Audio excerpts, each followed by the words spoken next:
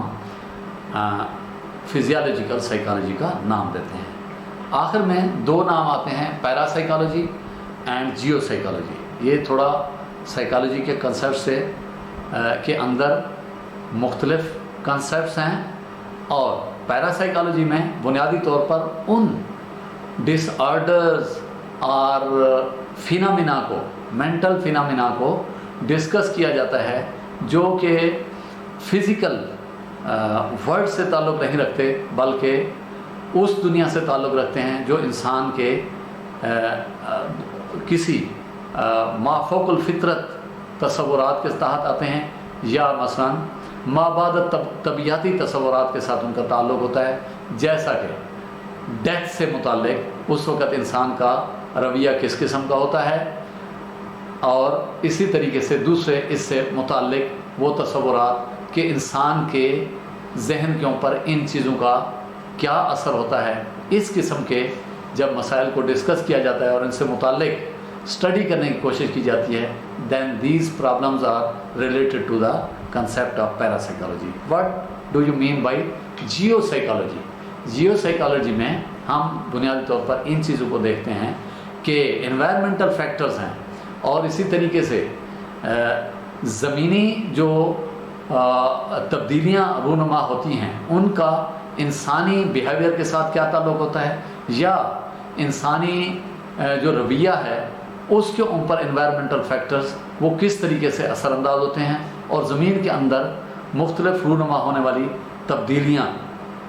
وہ کس طرح انسانی رویے کے اوپر اثر انداز ہوتی ہیں۔ جیسا کہ یہ دیکھنے میں آیا ہے ایلومینیم اور زنک کے فیکٹرز جو ہیں وہ انسان کے اندر انزائٹی کو کریٹ کرنے کا سبب بنتے ہیں، اور اسی طریقے سے مختلف جو زلزلے آتے ہیں ان کا تعلق انسانی رویوں کے ساتھ کس قسم کا ہوتا ہے، وہ خوف اور پریشانی میں اضافے کا کس طرح سبب بنتے ہیں۔ ان سب کے آپس کے تعلقات کو ڈسکس کرنے کے لیے ہم جس قسم کی فیلڈ کے اندر جاتے ہیں اسے ہم جیو سائیکالوجی کا نام دیتے ہیں۔ جب ہم اپلائیڈ سائیکالوجی کی بات کرتے ہیں تو وہ اصول اور قواعد اور ضوابط جو ہم سائیکالوجی سے حاصل کرتے ہیں اور زندگی کے مختلف میدانوں کے اندر مختلف قسم کے مسائل کو حل کرنے کے لیے ان کا استعمال کرتے ہیں، تو ہم جس فیلڈ سے بھی متعلق ہوتے ہیں وہ اسی قسم کی سائیکالوجی کا نام حاصل کر لیتی ہے۔ جیسا کہ ایجوکیشنل سائیکالوجی سب سے پہلے نمبر پہ ہم اس سے متعلق ہوتے ہیں، educational psychology. What is educational psychology? جیسا کہ آپ جانتے ہیں کہ psychology is the study of human behaviour and mental processes. It is the scientific study of human behaviour and mental processes. It gives us some principles. یہ کچھ ہمیں اصول فراہم کرتی ہے کہ جو ہم ایجوکیشنل انوائرمنٹ کے اندر استعمال کر کے educational problems related to the teachers, students, learners and educational process, educational experiences, ان کو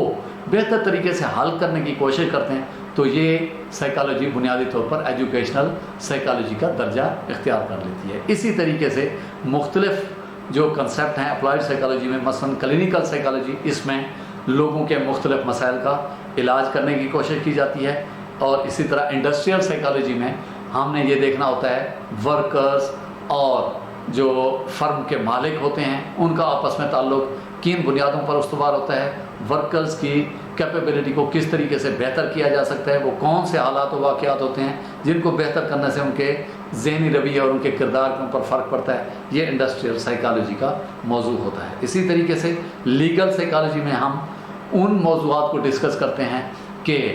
قانون اور ضوابط کے اطلاق کے اندر ہیومن بیہیویئر کس قسم کا ڈیولپ ہوتا ہے، سوشل بیہیویئر کس قسم کا ڈیولپ ہوتا ہے، کون سے سخت قوانین کو لاگو بہتر طریقے سے کیا جا سکتا ہے، اور کون سے قوانین لوگوں کے اجتماعی رویے کے اندر یا انڈیویجول بیہیویئر کے اندر انزائٹی اور ریزسٹنس کا سبب بن سکتے ہیں۔ یہ سارے کے سارے معاملات لیگل سائیکالوجی کے اندر آتے ہیں۔ ملٹری سائیکالوجی میں یہ بڑا اہم موضوع ہے۔ ملٹری کے اپنے قواعد و ضوابط ہوتے ہیں، ان کے ساتھ کس طریقے سے ایک انڈیویجول کو ایڈجسٹ کرنا ہوتا ہے، جنگوں کے حالات میں کس طریقے سے لوگوں کے رویے کو بہتر اور قائم رکھا جا سکتا ہے، کون سے ایسے افراد ہیں جو ملٹری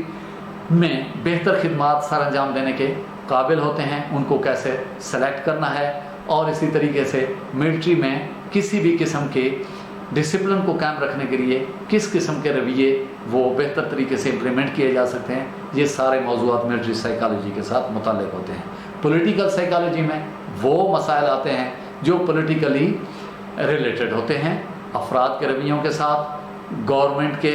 اندر کام کرنے والے افراد جو بااختیار افراد ہوتے ہیں ان کے رویے کیسے ڈیولپ ہوتے ہیں، ان کے رویوں کو بہتر کیسے بنایا جا سکتا ہے، اختیارات کا استعمال، قواعد و ضوابط کا لاگو کرنا، یہ کس سطح پر بہتر طریقے سے استعمال ہو سکتا ہے اور اس میں کس قسم کے مسائل سامنے آتے ہیں، اس کو ہم پولیٹیکل سائیکالوجی میں ڈسکس کرتے ہیں۔ اسی طرح ایک نام کریمنل سائیکالوجی کا آتا ہے۔ کریمنل مینس کہ جس طریقے سے مختلف لوگ کریمنلز کی دنیا سے تعلق رکھتے ہیں، جرائم کی دنیا سے تعلق رکھتے ہیں، وہ جرائم کی دنیا کے اندر کیوں داخل ہو جاتے ہیں، ان کو جرائم کی دنیا سے باہر کیسے لایا جا سکتا ہے، اور پھر وہ کس قسم کے مسائل معاشرے کے اندر ڈیولپ کرتے ہیں، کس قسم کے مسائل کا سبب بنتے ہیں، ان مسائل سے کیسے نپٹا جا سکتا ہے، اس کے لیے ہم نے کریمنل سائیکالوجی کو ڈسکس کرنا ہوتا ہے۔ اب ہم اس موضوع کی طرف آتے ہیں کہ ایجوکیشنل سائیکالوجی میں وہ سکوپ کیا ہے، what is the scope of educational psychology. سب سے پہلے ہم نے یہ دیکھنا ہوگا کہ scope, what do you mean by the scope of psychology in education. it refers to the field of operations and applications, subject matters۔ یہ ان موضوعات کو ڈسکس کرتا ہے جو ایجوکیشن کے میدان میں سائیکالوجی سے متعلق ہوتے ہیں، یا یوں سمجھ لیں کہ سائیکالوجی کے وہ اصول، قواعد اور ضوابط اور وہ کون سے میدان ہیں جن کے اندر سائیکالوجی اپنی مدد فراہم کر سکتی ہے ایجوکیشنل پرابلمس کو حل کرنے میں۔ تو بنیادی طور پر 5 فیلڈز ایسے ہیں جس میں ہم واضح طور پر یہ دیکھ سکتے ہیں کہ سائیکالوجی کا ایک اہم رول بنتا ہے۔ وہ 5 فیلڈز کون سے ہیں؟ نمبر 1 پہ ٹیچر، نمبر 2 پہ لرنر، نمبر 3 پہ پروسیس آف لرننگ، اسی طریقے سے سچویشن آف لرننگ سچویشن، وہ کون سے حالات و واقعات ہیں جس کے اندر آپ طالب علم کو تعلیم کی دنیا میں لے کر جانے کی کوشش کر رہے ہیں، یا تعلیم کے وہ مختلف ایکسپیرینسز ان کو فراہم کرنے کی کوشش کر رہے ہیں۔ اسی طرح what are the learning experiences which are you going to provide the students and learners۔ یہ وہ فیلڈز ہیں جن کے اندر سائیکالوجی مختلف اصول فراہم کرتی ہے۔ ٹیچر کو کس طریقے سے بیہیو کرنا چاہیے اپنے اسٹوڈنٹس کے ساتھ، کس قسم کا ماحول ڈیولپ کرنا چاہیے، کس طریقے سے اسٹوڈنٹس کی ول کو حاصل کرنا چاہیے، کس طریقے سے انہیں موٹیویٹ کر سکتا ہے، وہ انہیں پڑھنے کے اوپر تیار کر سکتا ہے، ان کے پڑھنے کے راستے میں جو مسائل سامنے آ رہے ہیں ان کو کس طریقے سے کام کر سکتا ہے۔ اسی طریقے سے لرنر کے بھی مختلف مسائل ہوتے ہیں، ان کو کیسے حل کر سکتا ہے۔ لرنر کے لیے مختلف مسائل ہوتے ہیں، وہ کس قسم کے سبجیکٹس کے اندر دلچسپی رکھتا ہے، کیا رجحان رکھتا ہے، اسی طریقے سے وہ اپنے تعلیمی ادارے کے اندر اسے ایڈجسٹمنٹ کے مطابقت کے کون سے مسائل کا سامنا ہوتا ہے۔ اسی طریقے سے پروسیس آف لرننگ میں کون سے مسائل کا سامنا لرنر اور ٹیچر کو کرنا پڑ رہا ہے۔ Process of learning is related to the concept of methods of learning, کہ ایک ٹیچر کس طریقے سے کون سی ٹیکنیکس کو استعمال کر کے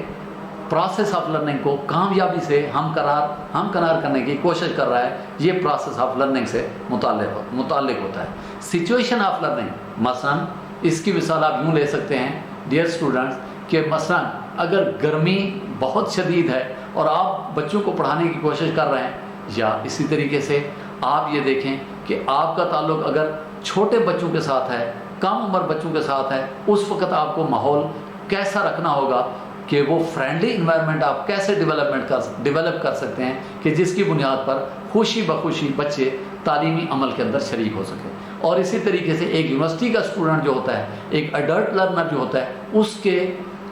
تقاضے کیا ہوتے ہیں, اس کی نیڈز کیا ہوتی ہیں, اس میں ٹیچر کو کیا اقدامات اٹھانے چاہیے,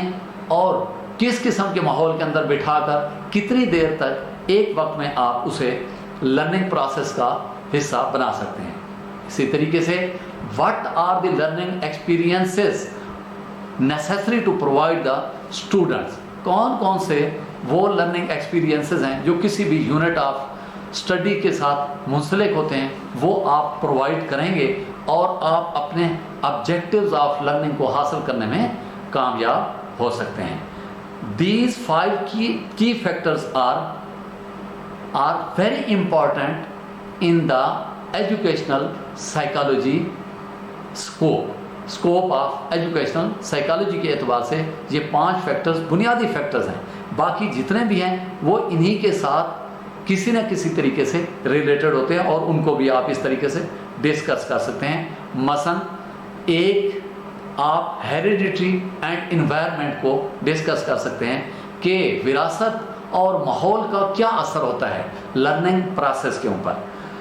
اسٹوڈنٹس کس قسم کے ماحول سے آتے ہیں, دیہاتی ماحول سے آتے ہیں, شہری ماحول سے آتے ہیں, ان کا رویہ تعلیمی ادارے کے اندر کیسا ہوتا ہے. اسی طریقے سے کسی اسٹوڈنٹ کی جو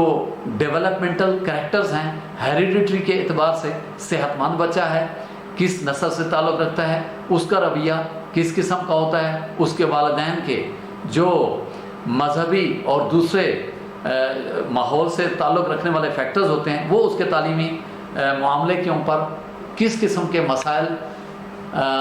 سامنے آ سکتے ہیں اس اسٹوڈنٹ کے, اور ان کو کیسے حل کیا جا سکتا ہے. اسی طریقے سے ہیومن بیہیویئر ایک امپورٹنٹ فیکٹر ہے جس کے اندر سائیکالوجی اپنا رول پلے کرتی ہے. روزانہ کی بنیاد پر کالج کے اندر, تعلیمی ادارے کے اندر, تعلیمی ماحول میں طالب علم کو اپنے آپ کو ایڈجسٹ کرنا ہوتا ہے. ٹیچر کا رویہ اسٹوڈنٹ کے ساتھ کیسا ہے, اسٹوڈنٹس کا رویہ ٹیچرز کے ساتھ کیسا ہے, ایڈمنسٹریشن کے ساتھ کیسا ہے. تو غرض یہ ہے کہ